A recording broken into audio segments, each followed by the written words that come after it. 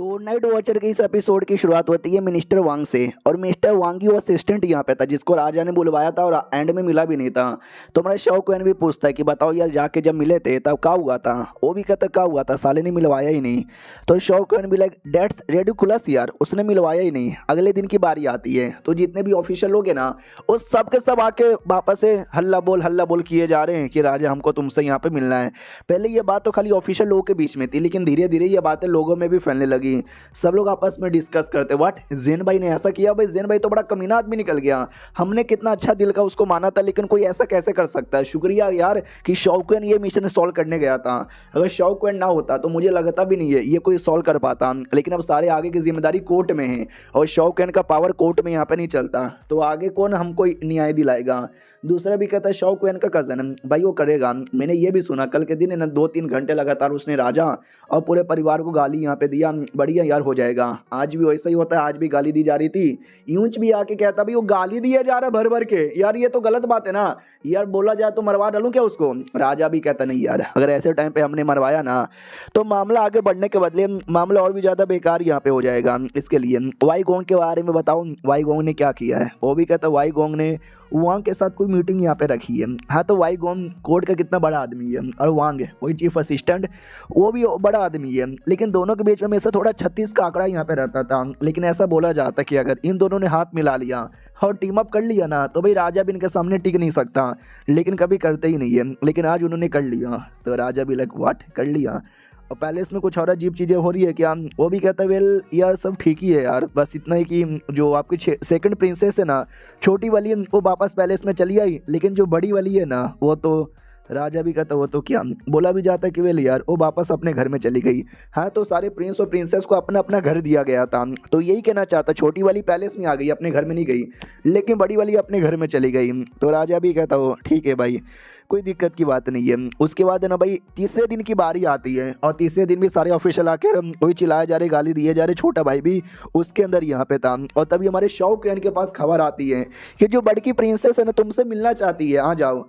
तो शॉ क्वेन भी like okay ठीक है भाई चलो। यही हमको डिटेल में समझाता है कि भाई प्रिंस हो या प्रिंसेस हो, सबको अपने अपने घर भी दिए जाते हैं। जिसको अपने घर में रहना है वो अपने घर में रहे, और जिसको नहीं रहना वो आके भाई पैलेस में भी यहाँ पे रह सकता है। लेकिन एक बात मुझे समझ नहीं आ रहा, बड़की प्रिंसेस ने मुझे कह को बुलाया है, शायद यही मामला होगा जेन भाई के मामले के बारे में। एक बार पूछ ही लेता हूँ। आता है वो कहता है प्रिंसेस की जय हो। प्रिंसेस भी कहती बताओ यार डिटेल में क्या हुआ था एग्जैक्टली।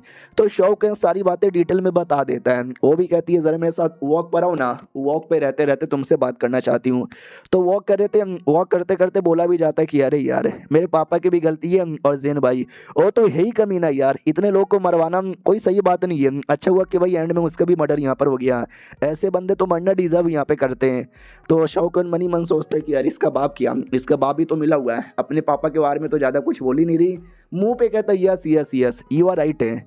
सामने से ये भी कहती है लेकिन क्या लगता है न्याय यहाँ पे मिलेगा। मुझे तो नहीं लगता भाई न्याय यहाँ पे मिलने वाला है, पापा भी नहीं करने वाले हैं। पापा से मैं बहुत बोले तो बहुत ही ज़्यादा डिसअपॉइंट यहाँ पे हो चुकी हूँ यार। क्या ना भाई, सबसे पहली बात है ना, पापा ने कोई बात ही नहीं सुनी और आराम से चुपचाप पैलेस में बैठे हुए हैं। बोला असिस्टेंट को बुलाओ, लेकिन जैसे असिस्टेंट आया उसको भी यहाँ पे भेज दिए। तो शॉ क्वेन भी लाइक किया यार तुमने सही बोला, ऐसा लगता है कि अपने पापा के बारे में भी बोलना चाहती है, पापा के खिलाफ जाना चाहती है। ये भी कहते सुनो ना यार, कोई एक काम जो कि कोई ध्यान नहीं देता और पड़ा हुआ है तो वो पड़ा हुआ रहता है ना। शॉ क्वेन भी लाइक एक सेकंड, कहना क्या चाहती हो। ओह समझ गया मैं क्या कहना चाहती हो।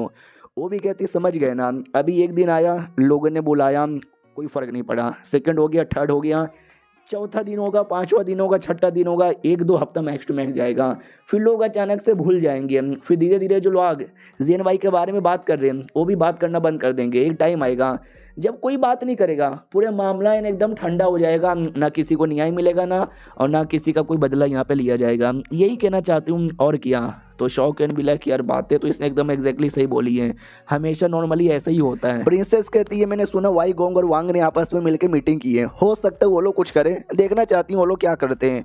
शॉ क्वेन भी लाइक यार मैंने सुना यार आपने एक समय पहले यूनलू अकेडमी के अंदर यहाँ पे पढ़ाई की थी।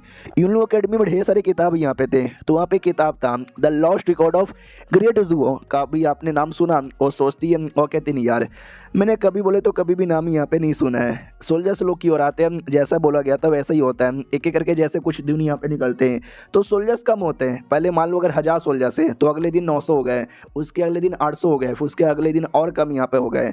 यानी जैसा प्रिंसेस ने बोला था वैसा हो रहा था, बंदे धीरे धीरे कम यहाँ पे हुए जा रहे थे। ज़ेन भाई ने पिछले 20 सालों के अंदर बड़ा काम किया था, बड़ा अपना नाम यहाँ पे बना लिया था, लेकिन एक काम ने उसके पूरे नाम को यहाँ पे डुबा दिया। और ये सब चल ही रहा था, उसमें अचानक से कहानी में ट्विस्ट है भाई। प्रिंस यहाँ पे था, राजा को कोई एक बेटा, अचानक से उसका मर्डर हो गया और उसका जो किलर है ना वो कहीं आसपास ही हो सकता है। इसलिए सारे के सारे सोल्जर्स यहाँ पे लगे पड़े थे, यहाँ से वहाँ ढूंढे जा रहे थे। सिटी का जो पूरा गेट है ना उसको यहाँ पे सील कर दिया गया था। इस काम में हमारे शॉकवैन को भी लगा दिया गया था। और शॉकवैन यहाँ पे डाउट में था कि एक सेकंड, अभी ज़ेन भाई का ये जो कांड हुआ था ये ठंडा भी नहीं हुआ कि प्रिंस का मर्डर हो गया, कहीं ऐसा तो नहीं इसमें कहीं से कहीं कोई प्रिंस का भी हाथ होगा। इसके लिए प्रिंस कहीं आके अपना मुंह ना खोल दे, इसके लिए उसको टपका दिया गया यार। लेकिन प्रिंस का क्या हाथ हो सकता है, ये भी थोड़ा डाउट की बात यहाँ पर है।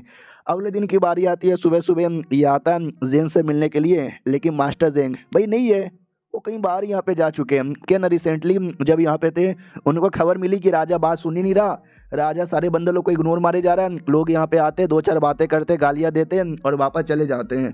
तो जो एकेडमी यहाँ पे था ना इंपीरियल एकेडमी, वहाँ पे चले गए लेक्चर देने के लिए। हमारा मेन कट्टा भी लग अबे तो लेक्चर देने कौन जाता है, छोड़ो यार, चलो इंपीरियल एकेडमी के अंदर।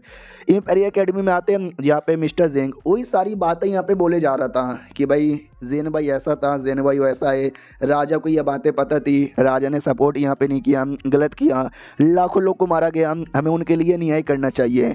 तो शॉकवैन भी लग सही है यार, इंपीरियल एकेडमी में नए नए बच्चे यहाँ पे पढ़ते हैं और कहा जाता है कि अगर कोई बचपन में तुम जैसे उसके माइंड में जो बातें डालोगे, बड़ा होते होते होते होते वही बात उसके दिमाग में रहेगा।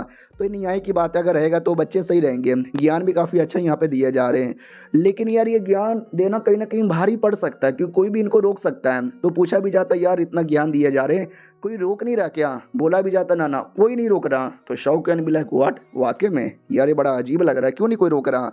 और ये चैप्टर यहीं पे ख़त्म भी हो जाता है। तो हम मिलते हैं किसी और वीडियो में, जब तक के लिए बाय बाय।